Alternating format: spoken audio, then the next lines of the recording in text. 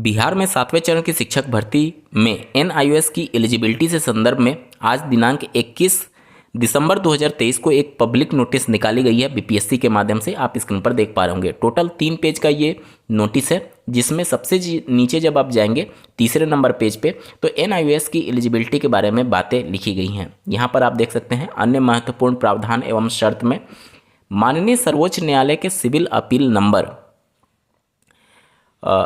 This and this में दिनांक 28 नवंबर 2023 को पारित न्याय आदेश national institute of open schooling के द्वारा खुला एवं दूरस्थ शिक्षा के माध्यम से प्रारंभिक शिक्षा में 18 महीने का डिप्लोमा की मान्यता समाप्त की गई है।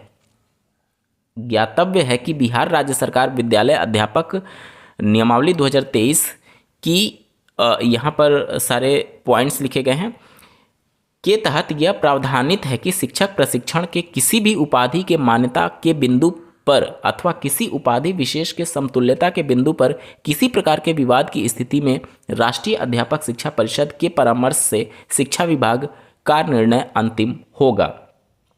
जैसा कि आपको ज्ञात होगा कि अभी हाल ही में जो एनआईओएस डीएलएड कैंडिडेट थे उनके बारे में फिर से अपडेट करने के लिए बोला गया था, स्पेशली डीएलएड वाले कैंडिडेट को जो कि प्राइमरी में और अपर प्राइमरी में अप्लाई किए हुए थे।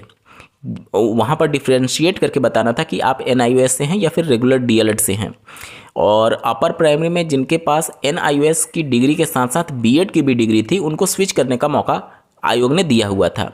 अब यहाँ पर ये पब्लिक नोटिस से चीज़ें स्पष्ट हो रही हैं कि बीपीएससी माननीय सर्वोच्च न्यायालय के द्वारा जो आदेश पारित किया गया है एनआईओएस के संदर्भ में, हो सकता है उसको 7वें चरण में लागू करने जा रही है। अभी तक की स्थिति के हिसाब से यही चीज़ें लग रही हैं, क्योंकि डायरेक्टली इन्होंने नहीं बताया है, लेकिन यहाँ पर चीज़ें उन्होंने क्लियर कर दी हैं कि ये जो 7वें चरण की 8वें चरण की जो भर्ती चल रही है इसमें एक तरीके से जो एनआईओएस डीएलएड कैंडिडेट है इनका पहले डेटा कलेक्ट करके अलग किया जाता है कि कौन एनआईओएस है, पहले डिफरेंशिएट किया जाता है, उसके बाद से ये पब्लिक नोटिस निकाला जाता है।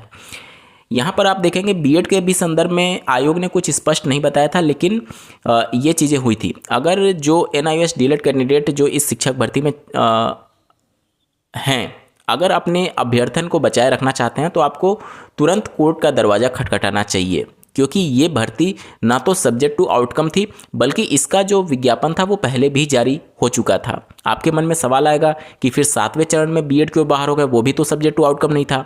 लेकिन आपको ये समझने की ज़रूरत है कि वो वाली जो एलिजिबिलिटी है वो 6ठे चरण से ही वहाँ पर बिहार में चैलेंज थी। 137 ऑफ 2021 वाला मामला, 2022 वाला मामला जो कि माननीय सुप्रीम कोर्ट में पहले से विचाराधीन था, वो वहाँ पर चैलेंज था 28 जून 2018 का गजट नोटिफिकेशन। इसके अलावा स्पेशली 7वें चरण की भर्ती में श्री भगवान कृष्ण जी के द्वारा अलग से एक याचिका सुप्रीम कोर्ट में दायर की गई थी जो कि उस नोटिफिकेशन को चैलेंज किया गया था। 28 जून 2018 के गजट नोटिफिकेशन को भी चैलेंज किया गया था। तो यहाँ पर चीज़ें चैलेंज थी पहले से, लेकिन एनआईओएस के संदर्भ में चीज़ें पहले से चैलेंज नहीं थी। बिहार की शिक्षक भर्ती में फैसला बाद में आया। इससे पहले 3 हाईकोर्ट ने जो डिसीजन दिए थे वो एनआईओएस के फेवर में दिए थे। तो चूंकि फैसला बाद में आया और उससे पहले इस शिक्षक भर्ती का नोटिफिकेशन जारी हो चुका था, कोई भी भर्ती सब्जेक्ट टू आउटकम नहीं थी और एनआईओएस की एलिजिबिलिटी बिहार से संबंधित चैलेंज भी नहीं था नोटिफिकेशन में। तो स्ट्रॉन्ग पॉइंट है एनआईओएस के संदर्भ में और आपको जल्द ही कोर्ट का दरवाज़ा खटखटाना चाहिए।